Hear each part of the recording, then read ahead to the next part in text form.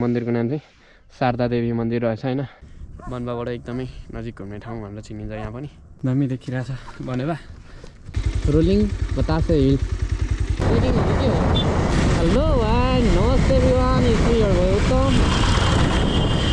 I hope सबैजना सधैँ राम्रै हुनुहुन्छ होला र म पनि सधैँ छु। अनि अहिले चाहिँ म यो बनेपा गोदाम चोकबाट पनौती जाने बाटो गइरहेको छु। कहाँ जाँदैछु भन्दा चाहिँ यो रोलिङ यो बनपाबाट नजिकै घुम्ने एउटा ठाउँ हो हैन। अनि त्यहाँ चाहिँ एउटा पुरानो टावर छ। बनपाबाट घुम्नलाई एकदम नजिकैको ठाउँ। अनि रेस्ट छ कि ड्राई पिकनिक गर्नलाई यताउति राम्रो ठाउँ छ। अनि त्यहाँ एउटा मन्दिर पनि छ। म चाहिँ आज एक्लै गइरहेको छु त्यहाँ हैन।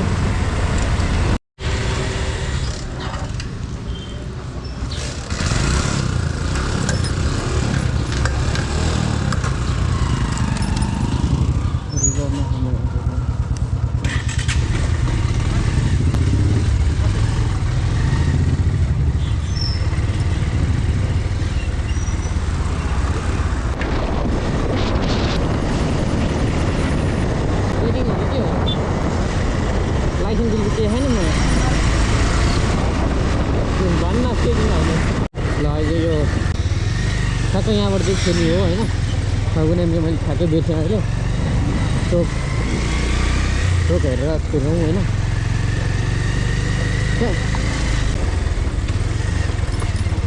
ढलमले ल ढलमले ठ्याक्कै ढलमलेको यो चोकबाट खेल्ने। अनि अफरोड छ है यहाँबाट चाहिँ। अब अलिकति ढलन पनि छ अरे ठाउँ ठाउँमा। अनि पनौतीबाट घुमेर आयो भने चाहिँ उता पनौतीबाट नमबुद्ध जाने बाटो जाने। अनि अगाडि गएर उक्लेर आउनु मिल्छ। कता थियो यार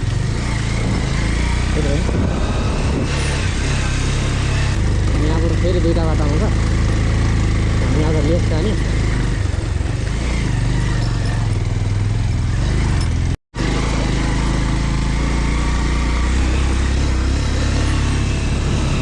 ठ्याक्कै यति मात्र ढलनको बाटो चाहिँ होइन।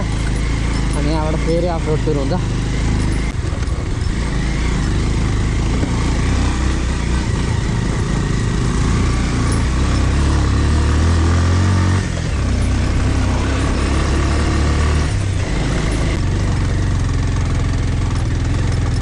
ठ्याक्कै यहाँ दुईवटा बाटो आयो।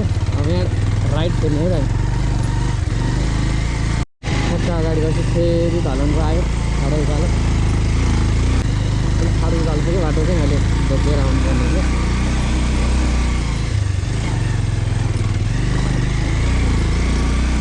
यहाँबाट एउटा कल्तिर जाने बाटो भेटिन्छ। अनि यहाँबाट चाहिँ मासेर जानुपर्ने हुन्छ।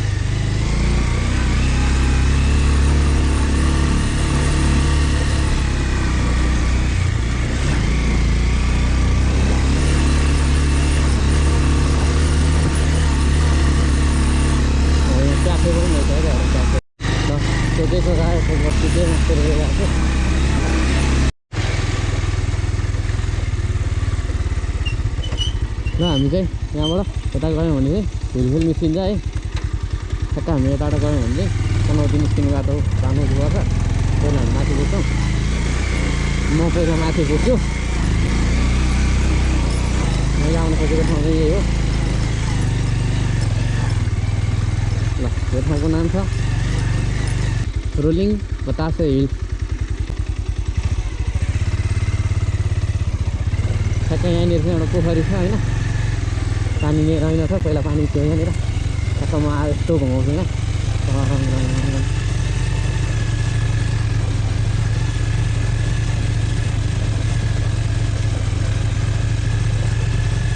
ल बाइक चाहिँ मैले उता पार गरिरहेको छु होइन। त्यहीँ राखिरहेको छु। अनि ठ्याक्क म अहिले एक्लै छु सोलो। अनि यतापट्टिबाट यहाँ एउटा गेट छ। गेटबाट सट्ट म अगाडि गइरहेको छु है त। सर्लक्क एक्लै हिँड्नु नि मजा छुट्टै आउँछ कि। सरल गइरहेको छु है त। यहाँ मैले मन्दिर छ भनेको थिएँ नि त। यहाँ माथि छ मन्दिर चाहिँ एउटा। मन्दिरमा जाऊँ। अनि त्यहाँभन्दा माथि एउटा टावर छ, पुरानो टावर। अनि जाऊँ त्यहाँ। ल मैले भने मन्दिर चाहिँ यही हो है। अनि म अहिले मन्दिर जानु हुँदैन यो वर्ष। त्यही भएर ठ्याक्क यता गइरहेको छु। अनि मैले भने पुरानो टावर चाहिँ यही हो है एकचोटि टावर सर देखाउँछ है त टावर चढ्दा चढ्दै मैले यस्तो दामी भ्यू भेटाएँ नि है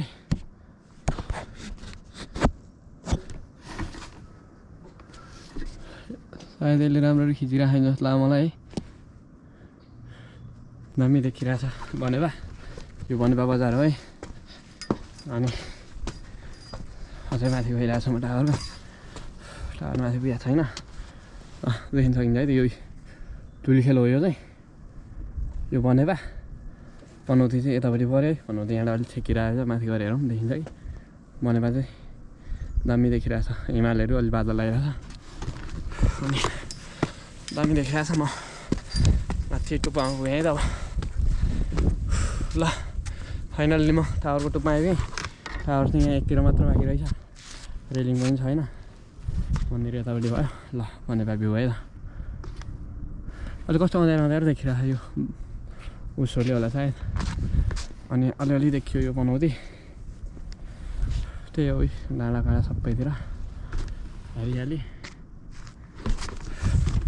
अनि म पनौतीबाट आउनु पऱ्यो भने चाहिँ होइन यो भयो पनौती पहिला यो बनेपा भयो अहिले म आएको चाहिँ ठ्याक्कै यहाँबाट उक्लेर यहाँबाट बाटो घुम्दै घुम्दै घुम्दै घुम्दै यहाँ त्यहाँनिर राखेर आएँ होइन यदि पनौतीबाट आउनु भयो बनेपा हुँदै यता पनौतीबाट यो नवबुद्ध जाने बाटो जाने ठ्याक्क अगाडि आएपछि एउटा यहाँ मास्तिर उक्लिने बाटो भेटिन्छ त्यहाँबाट माथि उक्लिँदै यताबाट आइपुग्छ कि यदि हामी धुलिखेलबाट आउने हो भने चाहिँ फेरि उता त्यो बनेपा यो धुलिखेल भयो धुलिखेलबाट माथि उक्लेर आउँदै आउँदै ठ्याक्कै यहीँ मुनि अघि मैले देखाएको थिएँ नि ठ्याक्कै यहीँ मुनि जोइन हुन्छ अनि यहाँबाट यहाँ आउँछ सबैतिरबाट आउनु मिल्छ है ल त्यही नै हो सोलो एक्लै हिँड्न नि मजा आइरहेछ ब्याग बोक्यो फेरि म ब्याग चाहिँ छोड्नै मन लाग्दैन कि खाली हुन्छ ब्यागमा चाहिँ खासै केही हुँदैन तैपनि ब्याग चाहिँ बोकिरहेको हुन्छु अनि याद छ होला त्यो टावरमा नि चढाएको थियौँ है रूपक र म मन्दिरलाई हामी तिनजना आएको थियौँ है अब अनि त्यही नै हो अब एक्लै आएको छु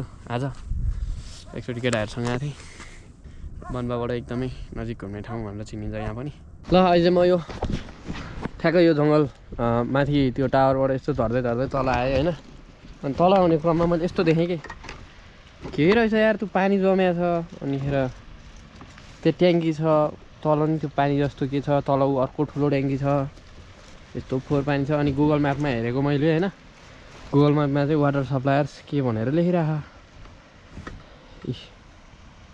यो काभ्रे भ्याली वाटर सप्लायर्स भनेर लेखिराख के हो यो खासमा मैले बुझ्नु सकिनँ होइन कसरी बुझ्नु भएको भने आएर यसो हेरिदिनु भनिदिनु कमेन्ट गरिदिनु होइन अलि माथिबाट हेर्दा चाहिँ पानी मात्र अलिकति देखाएको थिएँ बार लागेको देखाएको थिएँ होइन अनि सायद स्विमिङ पुल होला भनेर यसो हेर्दै तलसम्म आएँ तल आउँदाखेरि त यहाँ यो सबै चारैतिरबाट तार जाली चाहिँ यो बार लागेको रहेछ होइन अनि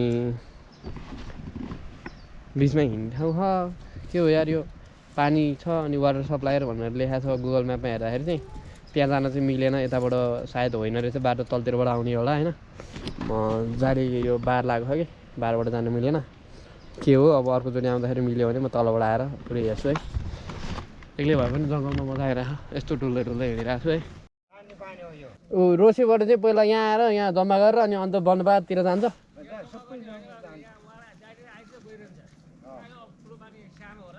त्यही त अनि त्यहाँ त त्यो पानीको उयोहरू अनि ठुल्ठुलो ट्याङ्कीहरू रहेछ क्या अनि फिल्टर भएर ए त्यही त पानीको ट्याङ्कीहरू रहेछ अनि के रहेछ भनेर सोध्या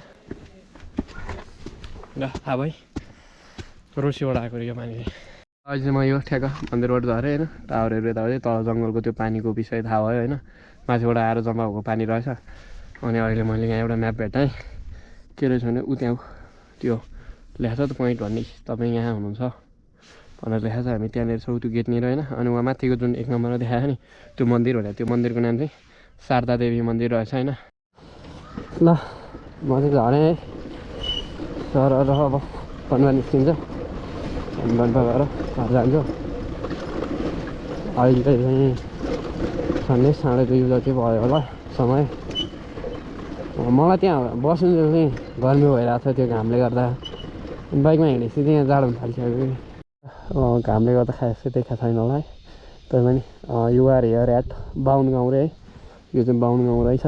अनि खेर यहाँबाट यो बाटो तलतिर झऱ्यो भने 2.3 किलोमिटरमा झन्डै 2 किलोमिटरमा पनौती पुग्दो रहेछ। अनि धुलिखेल जानको लागि चाहिँ यहाँबाट ठ्याक्कै 6 किलोमिटर 6.2 छ, त्यस्तै 6 किलोमिटरमा हामी धुलिखेल पुग्दो रहेछ है। अहिले चाहिँ यो चाहिँ बाहुन गाउँ रे त। अब यताबाट म झरिरहेको छु अनि म फर्किँदाखेरि पनि ठ्याक्क यहाँबाट गयो भने पनौती निस्किँदो रहेछ है। म पनौती ननिस्किकन यो बाटो छोडेर म यता बनेपा निस्कि जान्छु। यहाँबाट यतातिर गयो भने हामी बनेपातिर निस्किन्छौँ। भन्दा पनि ढलमले निस्किन्छ, ढलमलेबाट अनि जान्छौँ। ल अहिले म यो चोकमा आइपुगेँ है। अनि चोकबाट अब यता गयो भने पनौती निस्किन्छ। म चाहिँ अब बनेपातिर गइरहेको छु है त।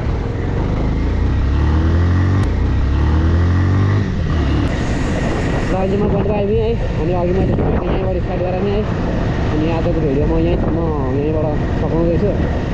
अनि भिडियो के कस्तो लाग्यो लाइक कमेन्ट सेयर सब्सक्राइब अनि त्यही नै हो। आजलाई यति नै, अब चाँडै नै नयाँ भिडियोमा भेटौँ ल। त्यो दिनका लागि bye. See you soon on next blog.